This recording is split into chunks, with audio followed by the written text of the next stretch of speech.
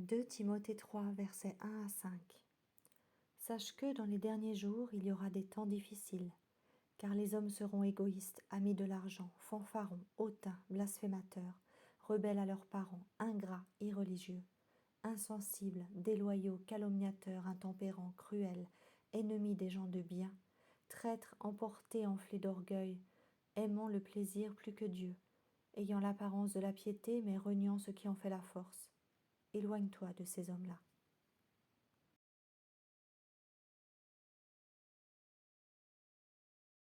Je voudrais débuter cette série. En fait, c'est la suite de l'Église. Je voudrais vous parler de ce message, mais ça sera en deux ou en trois parties. D'accord? La prochaine fois, ça sera la suite de ce message, mais je crois que la troisième fois que je reviendrai, ça sera sur le postmodernisme. Je ferai une définition, toujours dans le cadre de ce message, une définition de ce que c'est, etc., etc. Mais ce matin, le titre du message, la première partie, un monde en déchéance.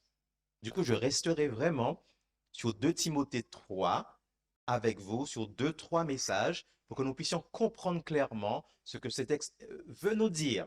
Du coup, ce matin, nous allons nous parler à nous. OK? Et la prochaine fois, nous allons voir ce que ce texte dit en majorité pour ceux de l'extérieur. Quelle perception nous à l'intérieur, comment nous pourrons percevoir ce texte-là.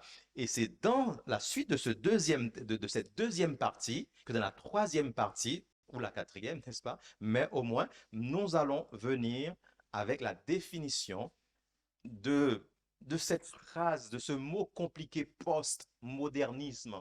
Hein, fait un petit peu en arrière d'où c'est sorti, qu'est-ce que ça veut dire, qu'est-ce que ça implique pour nous aujourd'hui. D'accord?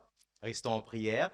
Parallèlement, c'est les deux que nous allons avoir, les sept paroles et cette série qui commence ce matin, Un monde en déchéance, n'est-ce pas? Seigneur Dieu, nous voici encore, s'il te plaît, parle à travers nous. Nous sommes ton envoyé, que nous ne puissions rien retenir et que nous ne puissions rien rajouter, Seigneur, à ce que tu veux dire à tes enfants. Sois avec nous au nom de Jésus. Amen. De nos jours, il y a tellement de théories que nul homme ne peut concrètement dresser un état des lieux sur l'état de notre monde. C'est vrai que dès qu'on entend théorie, on pense à rajouter à côté de théorie quoi? Com complot. Mais il peut y avoir des théories sans que ce soit des théories du complot, n'est-ce pas? N'est-ce pas? Alors c'est cela. Les théories sont énormes. Plusieurs stratèges, plusieurs penseurs ont élaboré la manière dont le monde devrait s'organiser, dont le monde devrait s'orienter. Depuis 150 ans, on a l'impression qu'ils font que ça. Vous voyez, voilà comment on va faire, voilà comment ils vont faire. Et finalement, ce que les gens ne comprennent pas, c'est que c'est Dieu en fait qui dirige, n'est-ce pas? Alors, il est essentiel aussi de pouvoir se rappeler que personne ne peut, sinon Dieu lui-même, j'ai bien dit, personne ne peut, sinon Dieu lui-même, concrétiser vraiment ce qu'il dit. Les hommes vont dire des choses, les hommes vont vouloir faire des choses, mais Dieu, lui, c'est lui qui aura le dernier mot. Les chrétiens, à force de passivité, sont en train, en fait, d'être découragés. Et on pourrait dire, ils sont en train de se mordre la queue, puisque vraiment, comme ils n'ont pas été suffisamment pertinents dans le siècle dernier, comme ils n'ont pas pris autorité de la manière dont ils auraient dû prendre autorité, aujourd'hui, ils sont dépassés par les événements, ils ne voient pas arriver ou ils ne peuvent pas prendre le contrôle, ou ils ne se trouvent pas dans ce qui se passe, ça va trop vite. Ça va trop vite. En l'espace de 3 ans, le monde a complètement changé. En l'espace de moins de 3 mois, en fait, on nous met sur le dos tellement de choses, sur le dos du style, c'est à cause de la guerre, c'est à cause du Covid, mais tout ça a bon dos, mes amis. C'est que l'essentiel qu'il faut retenir dans tout cela, c'est surtout parce que nous sommes dans le début de la fin. Nous sommes le peuple, en fait, nous étions, ou nous sommes toujours, ou quelques-uns, le peuple du livre. La prophétie, on connaît, n'est-ce pas? Et à chaque fois qu'on entend, on a l'impression que ceux du dehors sont beaucoup plus apaisés que nous à l'intérieur. Dieu il nous aime tellement qu'il ne fait rien sans nous avertir. Toutes les personnes qui observent ce monde finissent par comprendre que c'est la fin ou le début de la fin. Après ce constat, nous ne pouvons avoir que deux conclusions. Ou nous, en fait, nous avons deux conclusions, n'est-ce pas? Deux conclusions possibles. Tout détruire pour recommencer. Vous m'entendez? Tout détruire pour tout recommencer ou changer de monde. C'est ce que les riches font. Hein? Elon Musk prévoit d'envoyer, je ne sais pas, 80 000 personnes en fait et tout ça d'ici quelques temps sur Mars. Et ceci dit, pour ceux qui font, moi je suis abonné à Science Avenir et tout ça, ils disent que Voyager est sur Mars et ils ont découvert une petite porte d'entrée sur la planète Mars. Ah, mes amis. Alors du coup, c'est quelqu'un, comme on a envoyé Moïse là-bas, voilà, il vit toujours là-bas et c'est sa porte d'entrée. Mais vous, on ne comprendra jamais rien dans ce qui se passe. Mais Dieu, lui, il n'est pas dans le camouflage. Il nous dit clairement ce qui se passe, n'est-ce pas? Alors, vu que nous ne pouvons pas changer de monde, n'est-ce pas? Il faut être inconscient, n'est-ce pas, pour pouvoir garder les choses telles qu'elles sont. Êtes-vous d'accord avec moi? Je sais ce que je vais dire là va peut-être vous choquer. Hein? Nous ne pouvons pas changer de monde. Mais nous ne pouvons pas garder le monde tel qu'il est non plus. Est-ce que vous êtes d'accord avec moi? Mais à entendre, nous sommes tellement collés à ce monde que nous ne voulons pas lâcher prise. Moi-même le premier, j'ai ma dernière glace au chocolat blanc, du vrai chocolat blanc en fait, dans mon frigo. Ouais, ça serait dommage quand même que quoi que ce soit arrive sans que ce soir que je puisse manger ma glace. Après, bon, voilà, vous voyez tellement en fait, j'ai tellement pas d'espérance en fait de choses grandioses dans ce monde. Hein. C'est ma petite glace en fait finalement. Hein. Pourvu que les enfants ne l'ont pas mangé. Vous voyez? Parce que des fois, je me prépare et tout ça, et puis, ah, ok, c'est passé quoi? Ah non, j'avais vu que c'est là depuis 2 jours, du coup, je l'ai mangé. Vous voyez? Même ceux qui en profitent, même ceux qui en profitent, hein, veulent de notre monde. C'est dire à quel point la situation est compliquée. La question est changer. Pour qui? Vous m'entendez? Changer pourquoi? Là, je vais faire un peu d'histoire.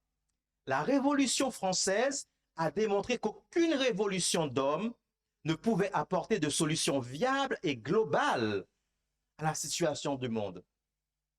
Car ce sont les mêmes dirigeants d'alors qui ont juste changé de perruque.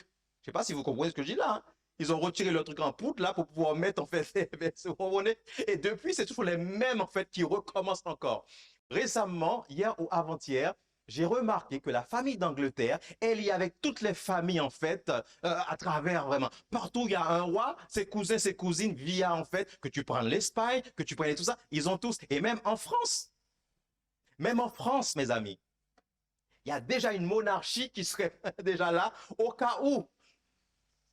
J'ai quelqu'un dans cette salle-là qui connaît vraiment le 15e duc de la cousin de la duchesse, en fait, du voisin voilà, et tout ça. Je ne vais pas donner son nom. Pour de bon, je ne vais pas l'afficher. Est-ce que vous vous rendez compte? Mais et nous faisons croire. Savez-vous que nous sommes des héritiers de la promesse, que nous sommes des princes et des princesses, et que de la même manière qu'ils se préparent à pouvoir un jour gouverner, à pouvoir un jour prendre la place, à installer leurs cousins, leurs cousines, leurs aïeuls, je ne sais pas trop quoi, nous devrions vraiment, au lieu de nous prendre la tête, nous concentrer sur la venue de Jésus et préparer ce retour avec vraiment une détermination, mes amis.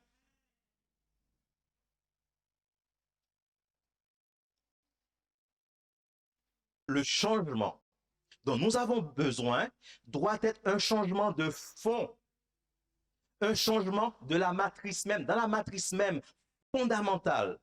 Donc, un changement de l'homme lui-même.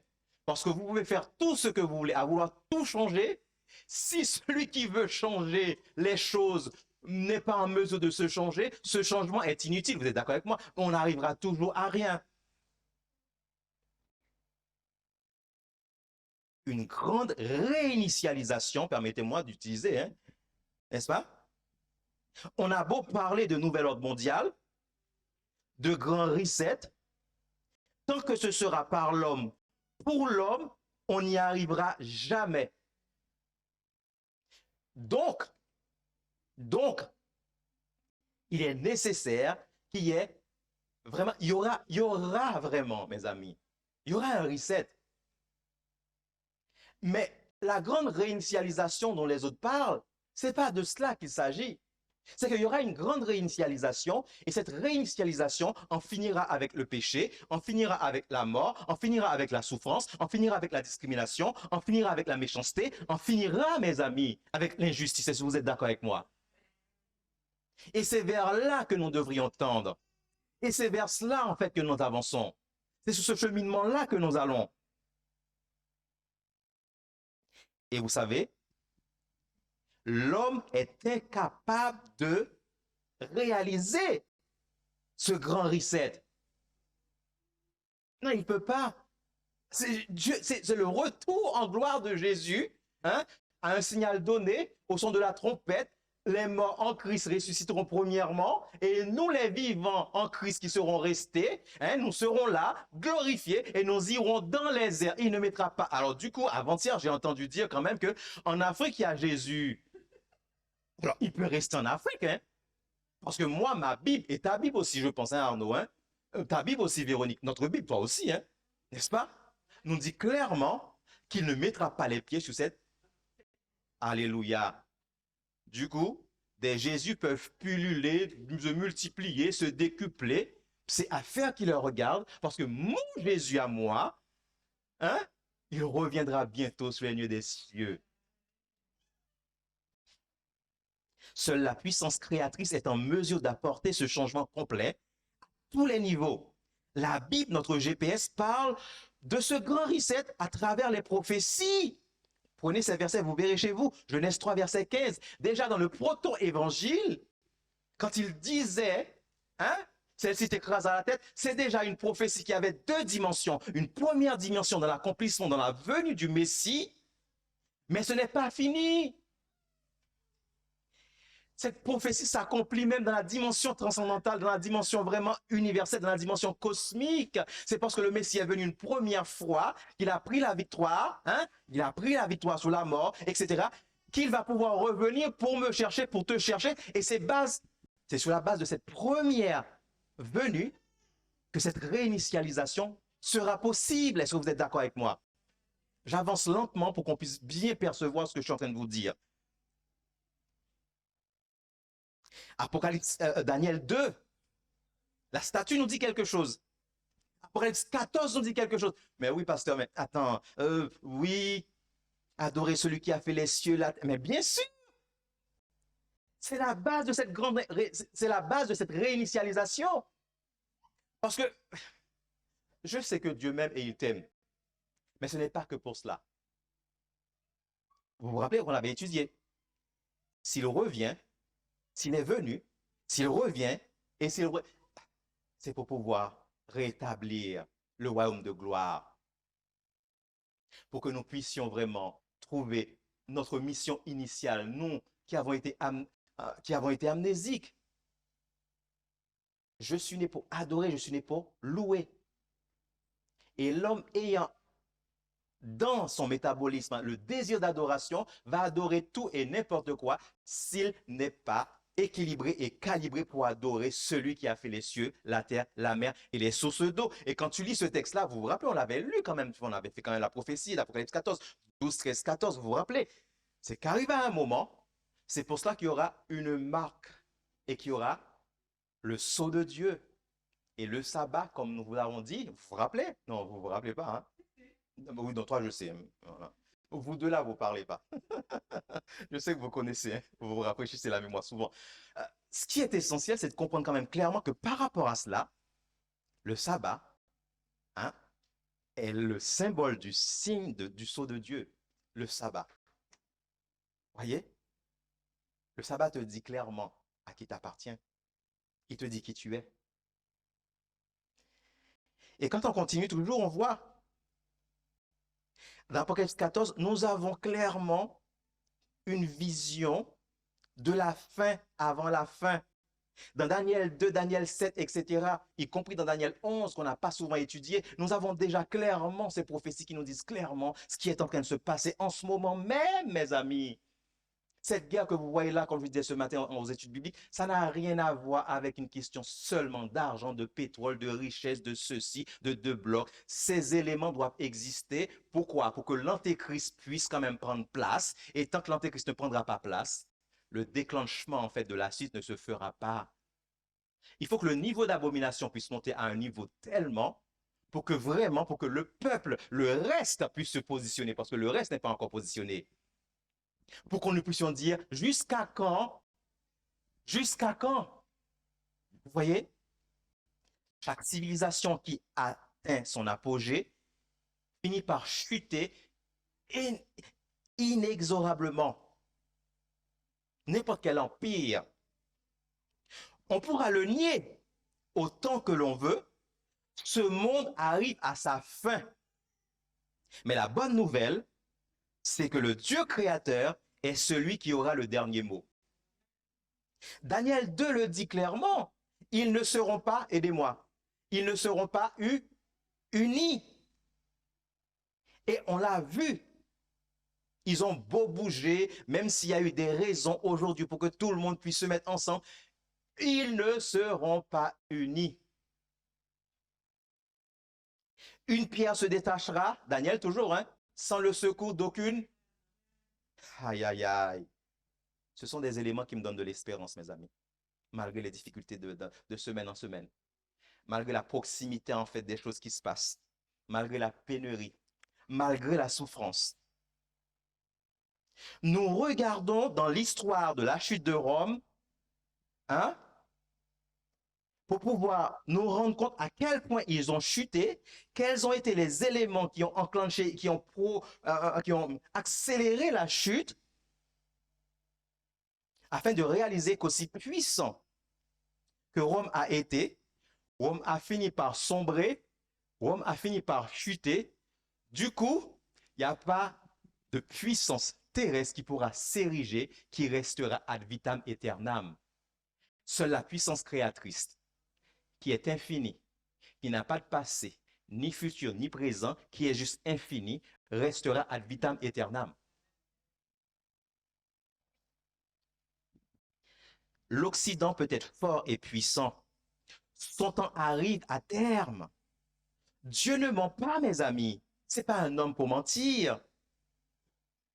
On nous dit que ces puissances, elles ne seront jamais unies. Ce sera jamais. Le mot jamais, c'est jamais. Il y aura des semblants d'unité. C'est lui qui viendra régler une bonne fois pour toutes la situation du monde. Aussi étrange que cela puisse paraître, Rome s'est effondrée non à cause des attaques extérieures, il y avait beaucoup de barbares, mais ce n'est pas les barbares seulement qui ont causé la chute de Rome. Hein? Vous voulez que je vous dise? Oui ou non? D'accord. Vous savez qu'est-ce qui a causé la chute de Rome? C'est parce qu'ils étaient dans une forme de dépravation. Ah. C'est à cause du déclin moral. Et dans toutes les puissances que vous allez regarder, que vous preniez Babylone, qu'est-ce qui s'est passé avec Belshazzar? Vous voyez? Que vous voyez l'empire enfin l'empire grec, Alexandre le Grand, il était jeune, il avait beaucoup de puissance, mais il se prenait pour Dieu. Mais ce qui était étonnant aussi, c'est que Alexandre avait un vice. Vous imaginez partout où Alexandre aurait été, et que si ce... Aïe, aïe, aïe, bon, on ne peut pas parler de ces choses-là, mais vous comprenez ce que je veux dire. Hein? Il a été foudroyé. Hein? Non seulement les Écossais qu'on aurait aujourd'hui. On n'aurait pas que les Écossais, hein, en kilt, hein. Beaucoup de choses. Dieu, quand on voit le déluge qui est arrivé au bon moment. Quand on voit vraiment Sodome et Gomorrhe arriver au bon moment. Quand on voit la tour de Babel, la confusion que Dieu a mis, ça me dit clairement que Dieu est là, mes amis. Ce que je suis venu vous dire ce matin, arrêtez de paniquer. Et à force de paniquer, nous ne voyons pas arriver ce que Dieu a prévu pour nous. Et nous ne saurons pas quand est-ce, comme on a vu ce matin, hein. Les Romains ont envahi Jérusalem. Après, ils se sont retirés. Du coup, les chrétiens qui étaient en train de lire la feuille, qui étaient en train d'étudier la parole, se sont souvenus de la prophétie de Matthieu 24 de Jésus-Christ et se sont retirés. Des historiens ont dit qu'il n'y a pas un chrétien, mes amis, qui passe ça ou qui trépasse ça lors du siège de Jérusalem. Alors, Dieu l'a fait par le passé, il l'a fait pour Israël, il ne va pas le faire pour nous, alors que nous avons le message le plus important à parler. Mais maintenant, aïe, aïe, aïe, si je veux bénéficier de ce message, si je veux bénéficier de ce que eux, ils ont bénéficié, quel élément devrais-je développer? Est-ce que ce que je fais en ce moment est en train de me créditer pour pouvoir être sécurisé quand tout cela va venir? C'est la question en fait que je vous laisse, hein.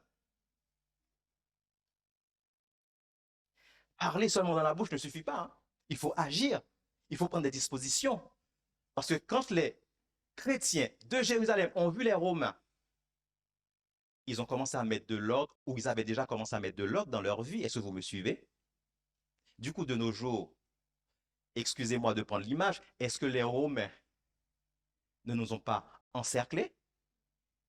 Vous pouvez l'appeler comme vous voulez, Covid ou pas Covid, ou peu importe comment vous l'appelez. Mais quand ils ont ôté leurs mains, que devrions-nous faire?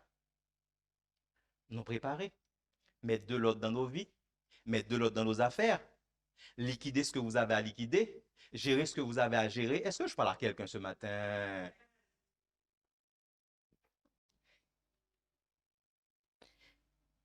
Les mêmes éléments qui ont conduit à la chute de Rome se propagent ou se sont propagés et s'accélèrent en Occident. Les mêmes éléments. Les mêmes éléments. La décadence dans la culture, dans l'appareil de l'État, les ressources, la justice, la famille, les mœurs, la luxure, les guerres et les bruits de guerre. Et on pourrait rajouter, en lisant le Laodate aussi, hein, les problèmes écologiques. Vous ne me suivez pas. Est-ce que vous savez que très bientôt, on va nous taxer au niveau de notre empreinte carbone, que même l'air que nous respirons, nous allons devoir vraiment payer des taxes dessus? Il y en a qui paieront beaucoup plus que d'autres. Moi, j'ai le nez épaté. Tu imagines quand même le nombre d'air que je dois en fait respirer pour pouvoir manger tout ça. Vous imaginez? Ah, je respire pour 2 mois. Bon, rigolez pas. Attends, vous rigolez. Non, non, toi, pasteur, non. Toi, tu payes le double, toi, c'est pas possible. Mes amis, permettez-moi de vous dire clairement que les temps sont critiques, les temps sont durs. Non seulement les temps sont durs, mais les tensions aussi durent. Si les tensions durent dans le milieu ecclésial, c'est parce que nous ne comprenons pas quelle est notre mission, quelle destinée nous avons. Alors il faut que les tensions cessent.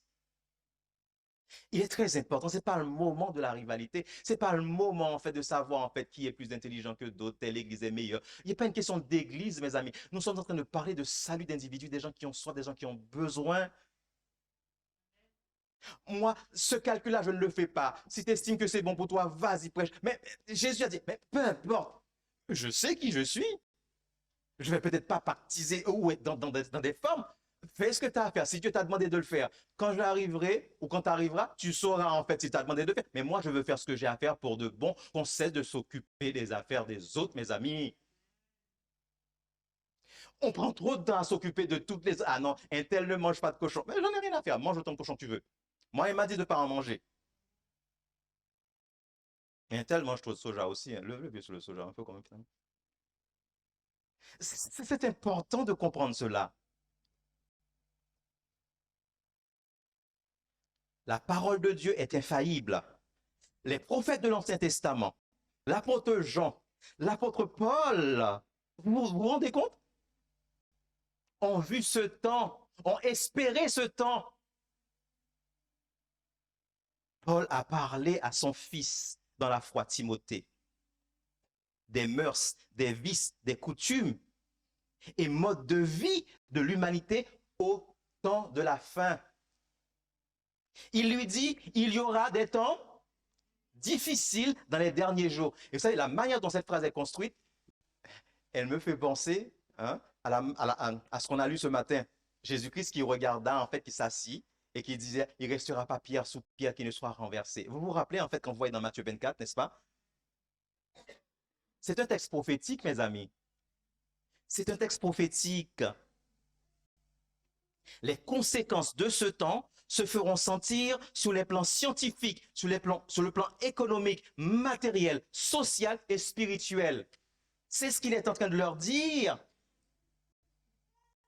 Mais au milieu de tout cela, la parole de Dieu est immuable. David disait dans le psaume 119, verset 89, « Pour toujours, ô Jéhovah, ta parole est établie dans les cieux pour toujours. » Les spécialistes disent qu'à la fin d'une ère, il y a toujours une montée de l'insécurité, une montée de la méchanceté, de l'injustice. Ce sont des éléments, en fait, qui essaient de nous dire clairement, on est en décadence, en déchéance, ça ne va pas durer. Nous rentrons à un niveau supérieur de ce que Paul disait. Le Seigneur est vraiment à la porte. L'Antéchrist va bientôt se manifester. Cet âge a commencé, en fait, cet âge a commencé avec la venue du Messie, sa mort et sa résurrection, et se terminera avec son retour en gloire. Ça a commencé avec sa venue, ça a continué avec sa mort et sa résurrection, son ascension, mais cela va, le problème va être complètement résolu quand il viendra récupérer les siens. Le texte dit que ce sera des temps difficiles. Le mot difficile est mis pour risqué. Le mot difficile est mis pour mauvais. Le mot difficile est mis pour critique. Des temps critiques. Le mot difficile est mis pour dangereux. Le mot difficile est mis pour délicat. Le mot difficile est mis pour alarmant. On y est, n'est-ce pas? On est au début là, et c'est encore rien. On n'a encore rien vu ce matin. On a vu, ce ne sera même pas encore la fin. Ce qui m'a consolidé dans le texte de ce matin, qu'on a pu lire dans Matthieu, il n'a pas dit qu'il va à coup sûr avoir les élus. S'il était possible, ça sous-entend que ça ne sera pas possible. Pardonnez-moi, vous savez que je ne parle pas bien français, mais est-ce que c'est bien cela? Ça sous-entend que ce ne sera pas pour. Du coup, si c'est possible pour certains et certaines, c'est que ce n'étaient pas les élus. Êtes-vous d'accord avec moi, s'il vous plaît? S'il était possible, même les élus. Du coup, si je ne veux pas passer et trépasser, et pas repasser, que dois-je faire? Tout faire pour que je sois parmi les élus. Mais je ne pourrai pas par moi-même. La disposition, en fait, en état d'adoration, comme Marie était, et quémander, et que laisser l'Esprit, en fait, entrer en nous pour que nous puissions avancer et y arriver, n'est-ce pas?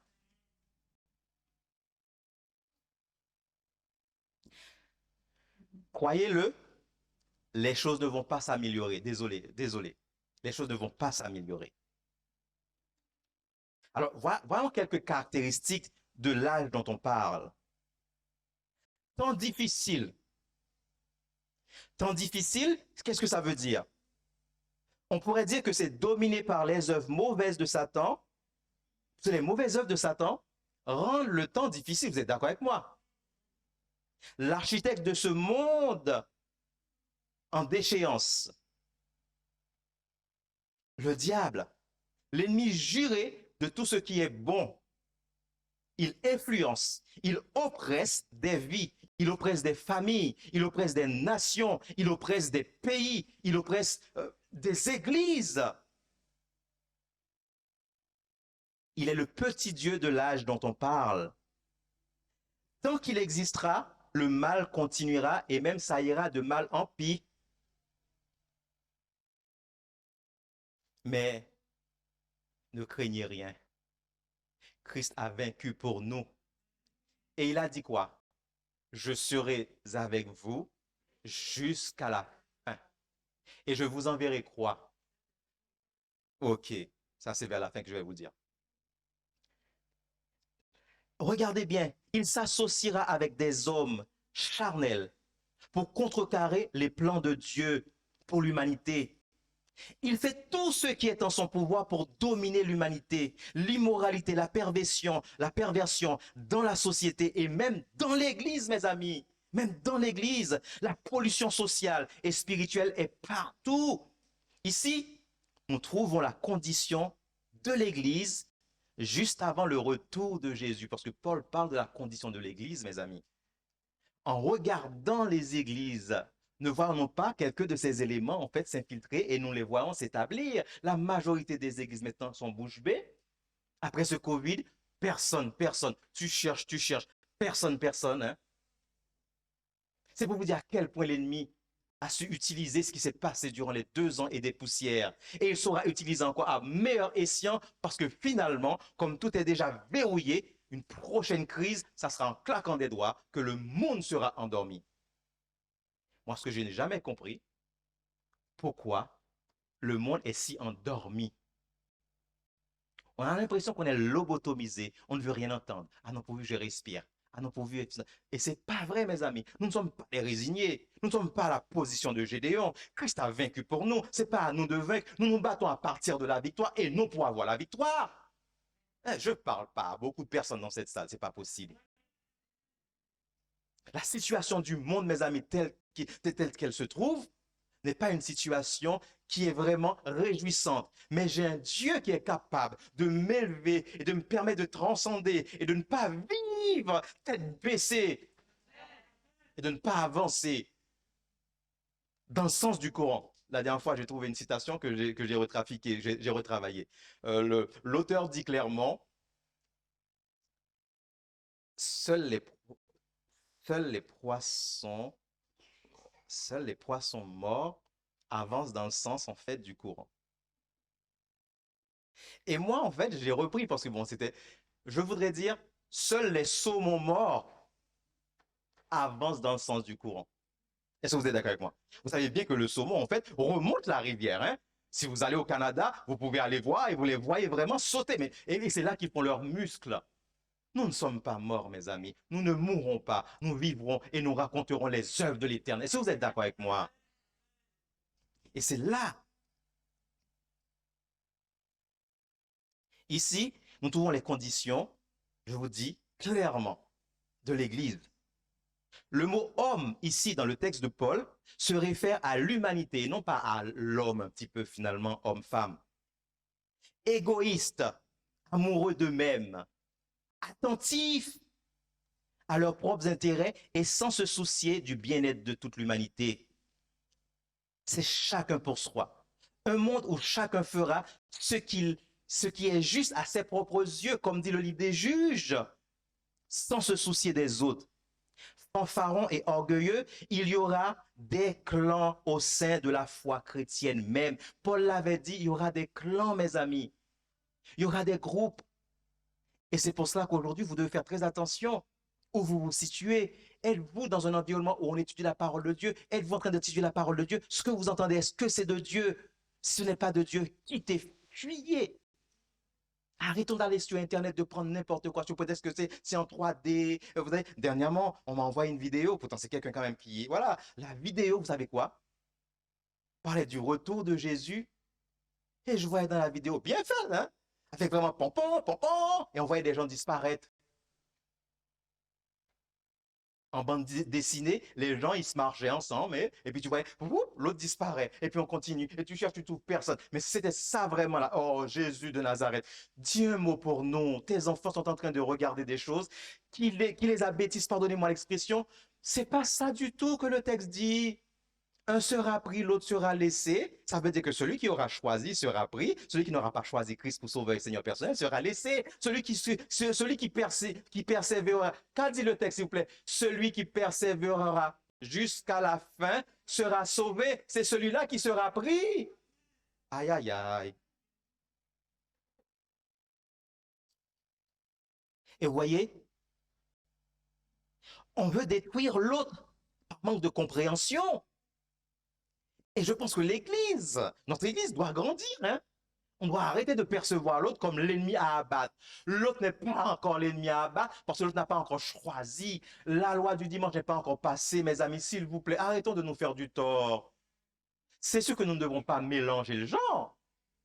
Nous nous faisons respecter, nous parlons en fait. Moi, si je veux parler avec toi, toi qui parles du vendredi où tu as créé un autre jour en fait finalement, ça ne suffit pas que tu me respectes. En fait, le respect que tu me portes est plus dangereux en fait que si tu m'affrontais. Tu me dis, je te respecte, tu me respectes. Et dans mon message sur la description du postmodernisme, vous allez voir ce que je vous dis là maintenant. Je te respecte, tu me respectes. Toutes les vérités se valent. Alors respecte-moi. On mange ensemble, c'est tout. Mais quand est-ce qu'on va parler en fait? Et ma mission en fait finalement. Mais je vis pour adorer, je vis pour servir. Je ne dois pas quand même te bousculer. Mais tu dois me poser une question. Mais pourquoi tu fais ce que tu fais? Je ne vais pas te dire non, je ne veux pas te déranger. La religion doit rester dans la sphère personnelle. Ce n'est pas vrai, mes amis. Parce qu'il y a un livre que je suis en train de lire maintenant qui dit clairement, dites-le sans mots. On a beau dire que je n'ouvrirai pas ma Bible, eh bien, je serai la Bible ambulante partout où je passe. Éphésiens 4, regardez. Plus de temps pour Dieu, mes amis. Plus de temps pour Dieu. Éphésiens 4, versets 3 et 4. Pas de temps pour la prière, pour témoigner, ni pour étudier la parole de Dieu. On ne veut pas faire de sacrifice si ça ne me coûte pas quelque chose. Ça n'est pas agréé par Dieu. Vous avez compris cela? L'engagement, on met de côté. On vient à l'église quand on veut. Si on a envie, s'il y a du soleil, si j'ai une place de parking, il y a tellement de si maintenant pour que tu te retrouves avec quelqu'un en fait finalement, sabbat après sabbat à l'église que c'est devenu compliqué maintenant. On doit remplir un planning. Tu viens ce week-end? Non, non, pas ce week-end. Je pense que je vais être fatigué. Mais le week-end d'après? Et c'est avec ça qu'on veut aller vraiment au ciel? Mais arriver là où tu vas dire, Seigneur, non, non, ce matin, j'ai pas envie de me lever. Tu vois? Mais lève-toi, tu es venu pour faire quoi là? Je suis né pour adorer. Va dire Saint, Saint, Saint, Saint, Saint. Oh, oh, on relativise tout. Avide. Avide, c'est un mot qui veut dire amoureux de l'argent. 1 Timothée 6,10, car l'amour de l'argent est la racine de tout mal. L'Église sera opulente, mais l'Église sera impuissante. À l'époque, les pionniers n'avaient pas autant d'argent, mais avaient tellement de puissance. Du coup, à préférer beaucoup d'argent dans une église et beaucoup de puissance, vous choisirez quoi? Beaucoup de puissance dans le nom de Jésus. Et la puissance sera donnée à toutes les personnes qui demandera sincèrement et honnêtement et qui voudront se sacrifier. Alors, voulons-nous nous sacrifier un petit peu plus? Dieu ne te prendra jamais ce qu'il ne peut pas te donner au centuple. Et il ne te demandera jamais quelque chose qui va te détruire. Est-ce que vous m'entendez? L'église, mes amis, lieu de préparation. L'église est devenue vaniteuse. Ah oui, dans la série de messages que j'ai à préparer avec vous, je prêcherai sur Apocalypse 3, n'est-ce pas? Sur l'église morte. J'espère que vous serez là, hein? Bon. Fier, vaniteux, présomptueux, se valoriser au-delà de tout autre. On écrase l'autre pour paraître. Fier, qui se croit. Hein, qui se croit, c'est toute une histoire, mes amis. Blasphémateur, attitude d'impie, sans respect pour les affaires de Dieu, pour Dieu et pour les envoyés de Dieu. Le blasphémateur est calomniateur, celui qui détruit la bonne réputation. Il aime les commérages et la médisance. Il sait tout ce qui se passe dans l'Église. Et tu te demandes comment il fait. Désobéissant aux parents, ça c'est un point, mes amis. Oh, parents, si vous pouvez, s'il vous plaît, faire de votre mieux pour que vos enfants puissent recevoir votre pardon et comprendre qu'ils doivent vous honorer, qu'ils doivent vous respecter. C'est le plus beau cadeau que vous puissiez donner à un enfant en faisant comprendre à l'enfant Écoute, ne sois pas rebelle à tes parents. Même si tu peux ne pas m'aimer, mais ne fais pas l'erreur de ne pas m'aimer. Ne fais pas l'erreur de ne pas me respecter. Parce que ton héritage sera vraiment énorme à porter.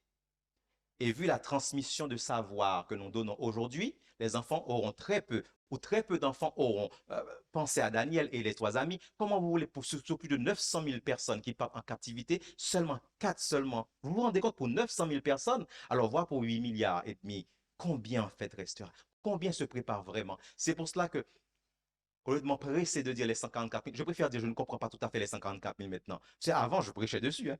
C'est un message que je ne veux pas prêcher, mais finalement, je n'ai pas envie de le prêcher, et puis après, finalement, je pense que je passe à côté. Non, non, mais ah non, non, non, non, non, non. C'est pas que je ne peux pas le prêcher, je l'ai prêché. Mais je lève le pied.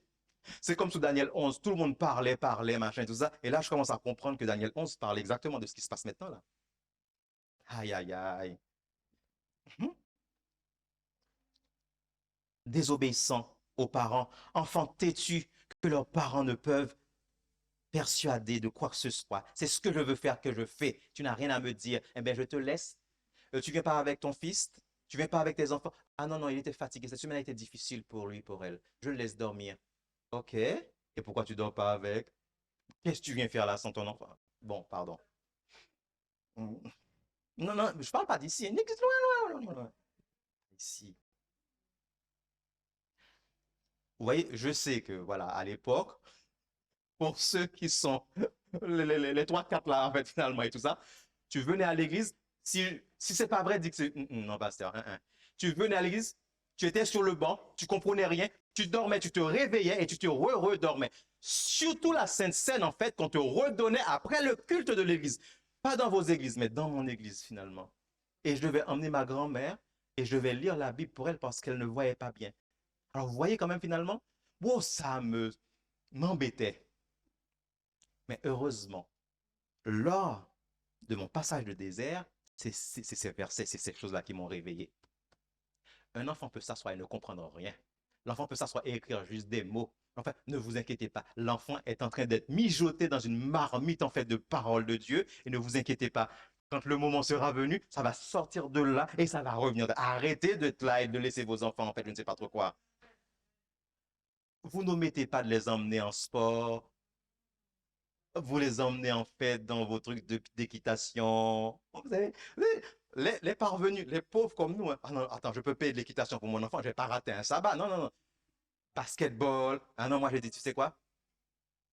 Il peut ne jamais devenir LeBron James. Parce que peut-être que l'un de mes enfants aurait pu être LeBron. Je disais, mais c'est pas grave. C'est pas grave. On se trait au sabbat, et maintenant c'est niet. Alors maintenant, quand ils seront grands, ça sera affaire qui leur regardera. Mais je pense quand même que clairement, ils ont suffisamment entendu, ils ont vu la persécution faite au niveau de papa et de maman, tout ce qu'on a eu comme problème de sabbat, ils ont vu que c'est nos genoux qu'on a mis par terre. Il n'y a pas histoire que je priais en fait, que eux ils sont là. Non, non, non, non, non. D'ailleurs, vous m'entendez sur le Zoom. Venez les enfants. Je ne prierai pas ici. Je dis, il est où Gabriel? Il est où Samuel? C'est important. Ça ne change rien, ça ne fait pas de nous de plus spirituel ou moins spirituel. Hein. Mais il faut que dans notre à l'intérieur là, qu'on se sent comme dire, oh, ok. Et je sais qu'il ne faut pas bousculer, j'avoue, mais tout en ne bousculant pas, il faut faire le nécessaire, mes amis. Problème. Dès qu'ils quitteront la maison, ils abandonneront la parole de Dieu. S'ils n'ont pas eu d'exercice et s'il n'y a pas eu d'amour dans l'exercice, la fréquentation de l'Église, leur relation avec le Seigneur, c'est les choses les plus importantes, mes amis. L'étude de la parole de Dieu. Comment, en fait, ces enfants vont pouvoir se positionner. C'est un signe des derniers jours, car l'ennemi a posé ses jalons, veut détruire les familles. L'ennemi ne veut pas détruire en fait et tout ça, tout, il veut détruire la famille parce que la famille est importante pour Dieu. Ingrat, personne sans grâce, aucune gratitude, pense avoir droit au service de tous, mais ne ressentent aucune obligation envers les autres. Ingrat envers Dieu, prenant Dieu pour acquis, mais oubliant de remercier Dieu. Seigneur, donne-moi l'examen, donne-moi le travail, donne-moi, donne-moi, donne-moi, donne-moi. Et quand il faut donner, non, Seigneur, c'était pour rire. Si le chrétien était reconnaissant envers Dieu, nous n'aurions plus de place dans l'église, déjà d'une part, et nous n'aurions plus de problème en fait à tout. Est-ce que je peux avoir 100 euros, 10 euros par personne pour pouvoir vraiment faire l'extension de l'église? je sais que cette église, peut-être que tout le monde donne, mais cette histoire, en fait, que dans une église, que la majorité des personnes soient des personnes baptisées et que tout le monde prépare, mais il n'y a personne qui retourne l'offrande et c'est des centimes qu'on donne et qu'on ne retourne pas la dîme. Mes amis, c'est parce qu'on ne comprend pas notre christianisme, hein. Je suis vraiment désolé, hein. Vous me pardonnez quand même de taper là, là. Comment tu peux faire de l'argent, préparer tes vacances, préparer machin, tout ça, évidemment. C'est pas le pasteur ou le trésorier que tu enrichis. Tu retournes à Dieu ce qui est à lui et lui, il multiplie les 90 ou les 80 restants, en fait. Il le multiplie par 200% ou par 1000% ou par 1 milliard. C'est pour cela, en fait, finalement, je reconnais à travers ma dîme la seigneurie de Dieu. À travers mes offrandes, je lui dis que je l'aime. Aïe, aïe, aïe. Hum. Impie, impie, sans sainteté, sans cœur ni respect pour Dieu, profane. Les chrétiens doivent être séparés de ce qui est profane. Beaucoup vivent du dimanche au vendredi dans une forme de diablerie. Et le sabbat, on est dans une forme de pagano, sanctification, sabbatico, mais seulement pour le matin de 9h à midi, hein. Quand c'est midi, on reprend en fait la veste et tout ça et tout. Vous voyez, pour pouvoir vraiment. Mes amis, ce n'est pas comme ça qu'on va préparer le ciel. On ne peut pas venir à l'église seulement quand on a envie. Les programmes d'après-midi sont aussi des programmes qui nous édifient, qui nous permettent de grandir. Nous n'avons pas à nous plaindre trop ici, sincèrement. Nous n'avons pas à nous plaindre. Et je sais que dans cette veille de prière, ne me fais pas mentir, hein, il y aura au moins 80 ou 70% des personnes qui sont là. Si je vois pas sa médaille, je vais chercher chez elle.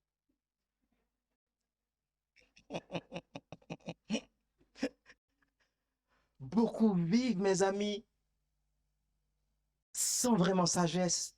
Écoutez ce que 1 Thessaloniciens 4, verset 7 dit. Car Dieu ne nous a pas appelés à l'impureté, mais à la sanctification. Insensible, insensible, sans affection naturelle, méprisant ce qui est bien et ce qui est bon. Faux accusateur. C'est un mot diaboloi. Devil, en fait, the devil is a liar. Satan est un menteur parce qu'il veut nous faire croire clairement que nous allons avoir la victoire tout en restant loin de Dieu, tout en agissant avec les armes que lui, il donne. C'est en agissant avec les armes de Dieu que nous allons avoir la victoire. Est-ce que c'est pas vrai, mes amis? Intempérant, sans maîtrise de soi, caractéristique de notre société d'ailleurs, hein? Et maintenant, l'ennemi commence à l'utiliser pour faire chuter certaines églises. Nous faisons les programmes, nous avons vraiment beaucoup de stratégies, nous avons beaucoup de points, des PowerPoint, des choses pour faire, mais il n'y a pas de spiritualité dans la chose, mes amis. Facile. À ce moment-là, on tombe dans l'adultère, dans l'infidélité, dans la fornication, dans l'alcool, dans l'oisiveté. On entraîne souvent les autres avec nous. On devient addict des fois à la pornographie. Attention, même dans les couples mariés, mes amis, c'est un problème qu'il y a dans l'Église. Est-ce que vous comprenez que même des pasteurs, on a fait un survey aux États-Unis, on se rend compte que même des pasteurs, je ne sais pas si, c'est pas un truc de chez nous, hein, ils se sont rendus compte quand même, tu vois, il y a au moins 2 pasteurs sur 10 ou sur 15 qui disaient quand même avoir ce souci, dont un chanteur qui s'appelait Kirk Franklin. Vous vous rendez compte? Alors, c'est pas parce que c'était quelque chose qui était fait par les autres, nos amis, que ça veut dire que chez nous, nous n'avons pas ce problème. Est-ce que vous comprenez ce que je vous dis là? Ça veut dire que si nous laissons l'ennemi rentrer, il va finir par s'installer, il va prendre autorité. L'impureté s'est installée dans l'église, mes amis. Après, on a du mal à venir. Quand on ne veut pas venir, c'est pas seulement parce qu'on ne veut pas venir, hein. Des fois, il peut y avoir des portes qui sont ouvertes que l'ennemi a utilisées pour pouvoir nous faire. Mais attends, après ce que tu as fait hier soir, là, tu risques d'aller à l'église. Et puis, non, je ne veux pas aller, je ne pourrais pas regarder. D'autant plus que c'est lui qui prêche. Il risque de dire quelque chose tout en sachant rien. Il peut dire beaucoup de choses et puis il va décréter ma vie. Est-ce que je peux prêcher?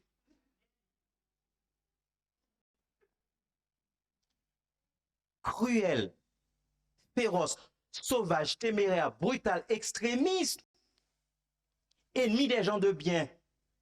Mes amis, je dois vous le dire. Parce que si je ne vous le dis pas, ça serait quand même, tu vois. Il y a des gens qui, sur la chair, ont été foudroyés, hein, parce qu'ils ont joué avec le feu tellement. Ça ne veut pas dire que nous ne pouvons pas. Nous tous, nous avons vraiment des squelettes, nous nous battons. Mais nous ne devrions pas quand même être de manière lascive et dire, Seigneur, fais ce que tu as envie de faire, mais de toute façon, je continuerai à faire ce que j'ai à faire. Si nous ne nous battons pas, nous ne pourrons pas nous en sortir, mes amis. Battez-vous avec le péché, ne jouez pas avec le péché, ne tolérez pas le péché. Vous pouvez avoir des difficultés, nous pouvons avoir des difficultés. Nous pouvons avoir des points faibles, mais c'est en nous battant, en refusant de nous compromettre, que l'ennemi va s'éloigner de nous. Résistez au diable et il fuira comment? Loin de vous.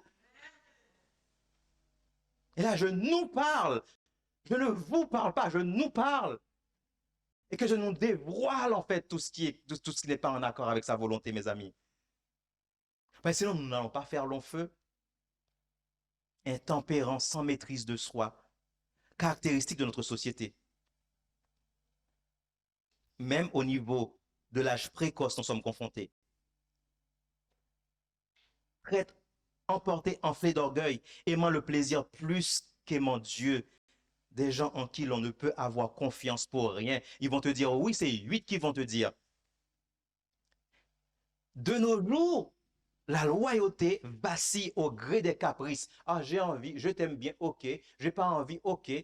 Au point qu'en Suisse, en Allemagne, et je ne sais pas quel le troisième pays, encore 3 pays, mais dont un, je crois que c'est l'Allemagne, où on peut faire des contrats de mariage de 3 ans ou de 5 ans.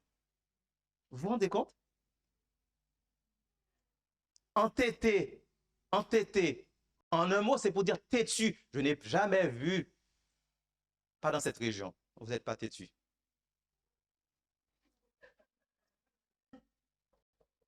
Non, je regarde mon texte, je ne vous regarde pas. Hein.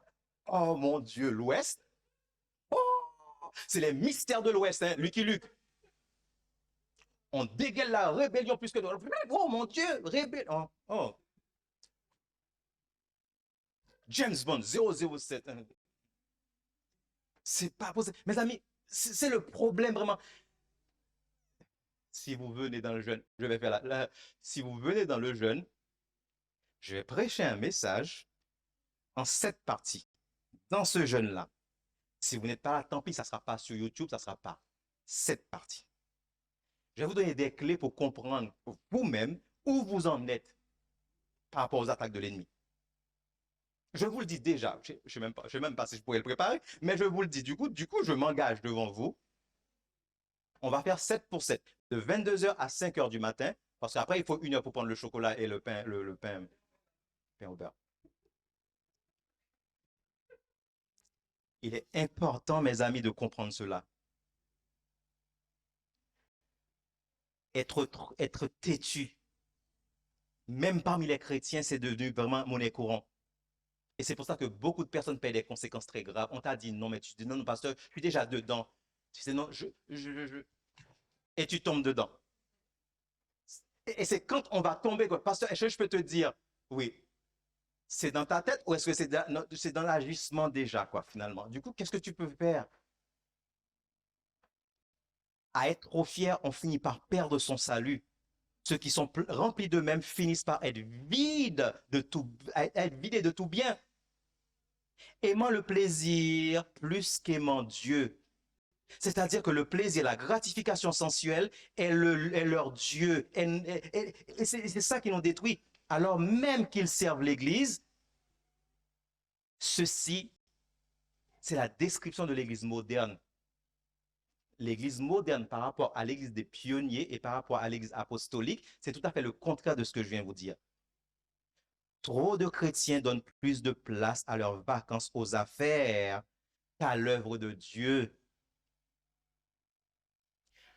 Pour faire des heures sup, on n'a pas de souci.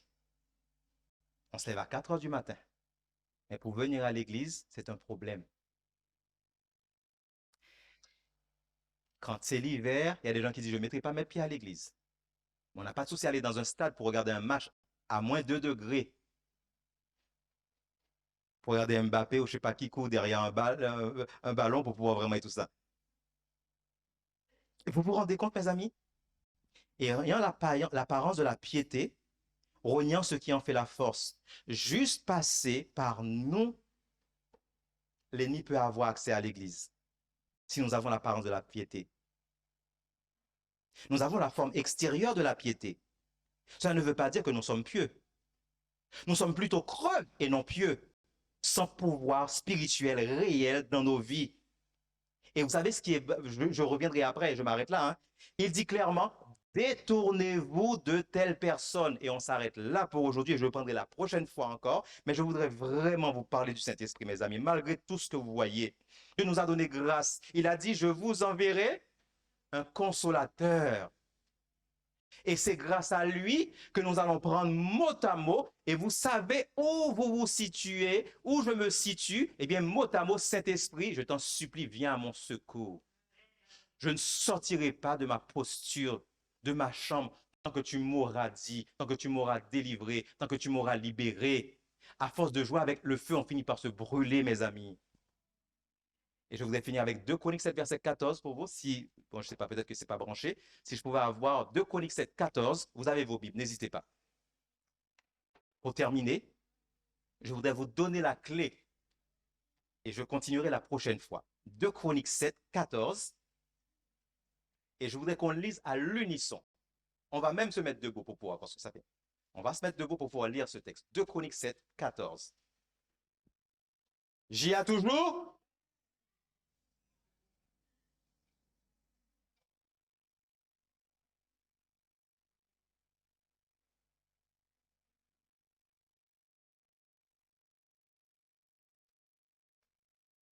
Tous ceux qui ne sont pas debout n'auront pas de pain au chocolat, sauf Liliane qui peut s'asseoir, et François. Tu n'en auras pas quand même. Est-ce qu'on peut lire ensemble? Et on lit avec l'idée de pouvoir trouver une réponse pour nous. Tout ce que je viens de vous dire, merci, merci beaucoup. On y va? Si mon peuple, sur qui est invoqué mon nom, s'humilie, prie et cherche ma face, et s'il se détourne de ses mauvaises voies, je l'exaucerai des cieux, je lui pardonnerai son péché et je guérirai son pays. Que le Seigneur vous bénisse. Recevez la bénédiction du Seigneur à celui qui peut faire par la puissance qui agit en nous infiniment, au-delà de tout ce que nous demandons ou pensons. À lui soit la gloire, l'honneur, non seulement dans l'Église et dans l'éternité, en Jésus-Christ, dans toutes les générations, au siècle des siècles. Amen.